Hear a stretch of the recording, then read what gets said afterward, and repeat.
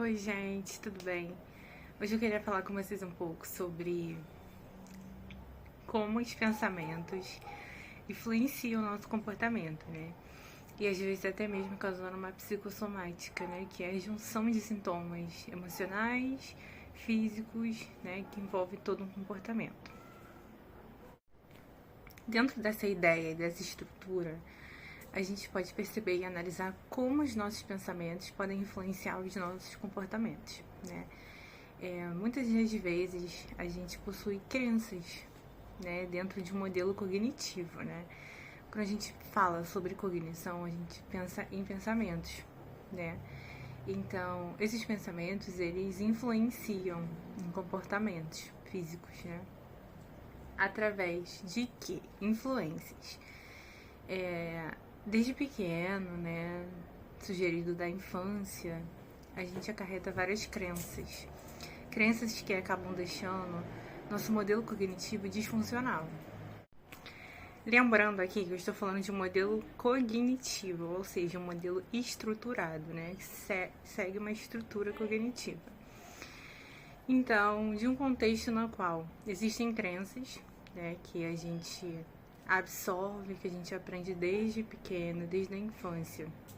Crenças negativas, crenças que fazem nosso corpo, nosso emocional, nosso comportamento ficar disfuncional, né? Gerando assim, às vezes, até mesmo um transtorno, uma ansiedade, uma depressão. Vou falar algumas das crenças, tá? Dentro do modelo cognitivo.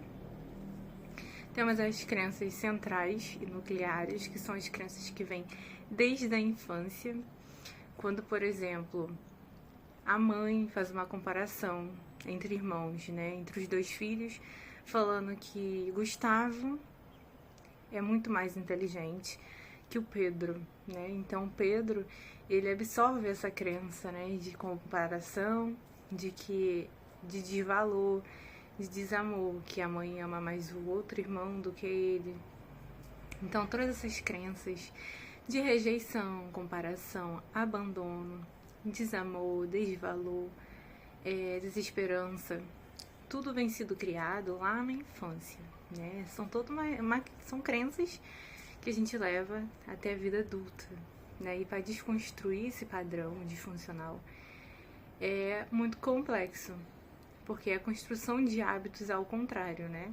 Se uma vida toda, desde a infância, a gente, né, visa e fala sobre se sentir humilhado, se sentir impotente, não ter autonomia, se sentir insuficiente por todas essas crenças, a terapia, né, a psicoterapia, ela entra com esse trabalho de desconstruir esse pensamento, né, esse modelo cognitivo de uma crença disfuncional para uma crença funcional, na qual, né, o paciente possa entender que ele é suficiente, né, através dos hábitos, das atividades, no qual vão gerar satisfação, vão gerar autonomia, controle das emoções e dos pensamentos, porque os pensamentos, eles podem muitas das vezes enganar.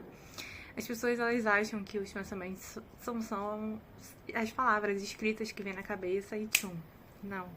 Os pensamentos, eles vêm através de muitos métodos, né? Através de palavras, de imagens, pensamentos automáticos, né? Que são aqueles pensamentos que já vêm automático. Por exemplo, você tem um trabalho para fazer e vem aquele pensamento automático.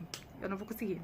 Então já vem outros 1000 pensamentos e formas de você sair daquela rota, né? Ou arranjar algum método para que você não vá fazer o trabalho, porque você tem essa crença de que você não vai conseguir, né? Essa crença de incapacidade. Então, existem várias crenças, né? Que fazem nosso corpo ficar disfuncional. Então, tem a crença também intermediária, né? Que é sempre o e se, né? E se eu fosse, é sempre visando o futuro e não o presente, né? E se eu fosse para aquela faculdade, talvez eu estaria melhor, né? Não estaria ruim do jeito que eu tô. Então, e se eu estivesse namorando com fulano, ao invés de ciclano, entendeu? Eu estaria muito melhor. Então, sempre tem um e se, né? Essas crenças de e se eu fosse, e se, e nunca focando no real presente, né? E a outra questão são os pensamentos automáticos. Os pensamentos automáticos eles podem vir através de palavras, imagens e vários pensamentos atrelados uns aos outros, né? Que geram emoções, né? Como tristeza, ansiedade, geram sentimentos ruins. Por exemplo, eu tô pra entregar uma palestra e vinha um pensamento automático na minha cabeça de que, eu não vou conseguir, que eu vou ter uma crise de ansiedade e que eu sou incapaz, eu sou insuficiente. Então, assim, é importante a gente ver e analisar essas crenças, né? Até para que possamos desconstruir, né? E cabe a reflexão, né? De saber separar o que é um pensamento real e o que é um pensamento irreal. Porque muitas das vezes o que a gente pensa com tanta propriedade e é apenas um pensamento automático de algo que não é real, um pensamento de um trauma que você passou na infância, que gerou toda uma crença, né, pra você crescer entendendo que você não é capaz, que você não é valorizado. Então, assim, entender, questionar, né, todos os meus vídeos eu friso muito e enfatizo essa questão de sempre estar questionando. Então, não é diferente com os pensamentos. Entrei na sala de aula, dei boa noite, ninguém me respondeu. Ver as percepções. Por que as pessoas não me responderam? Por que sempre recorrer ao modelo negativo das percepções? Às vezes as pessoas não te responderam porque estavam prestando atenção no professor, estavam ocupadas escrevendo e não necessariamente algo relativo seu, central seu, pessoal seu. Então, qualquer tipo de situação, né, cabe a reflexão, seja um pensamento, um comportamento, uma situação, sempre ver as percepções ao redor, não só as negativas, né? Principalmente as pessoas com TAG, né, o transtorno de ansiedade generalizada. E a ansiedade em si faz a gente, né, focar somente no negativo. E acaba cegando e a gente não consegue ver as percepções positivas, caminhos diferentes, né?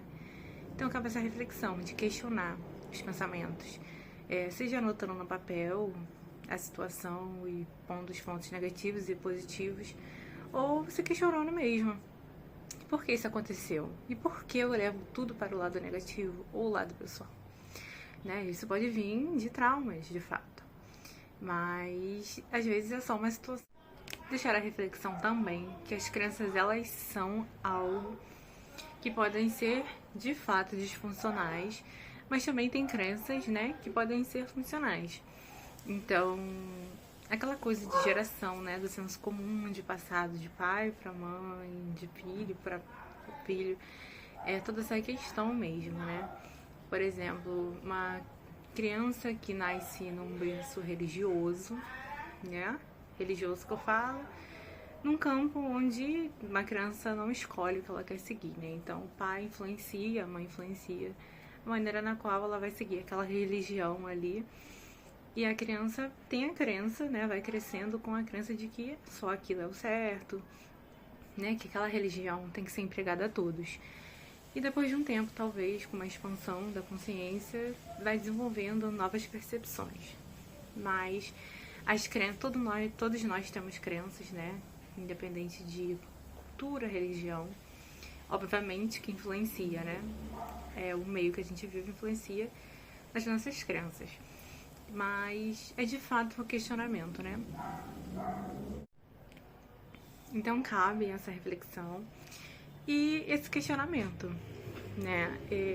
O modelo cognitivo, ele ajuda a gente a separar principalmente as emoções, criar novos hábitos, né? Metas, submetas, e desconstruir todo esse modelo, né, disfuncional. Porque às vezes a pessoa, ela chega numa psicoterapia totalmente disfuncional, né, com pensamentos negativos, crenças disfuncionais. Então, desconstruir para desenvolver junto, né, esse modelo através de atividades.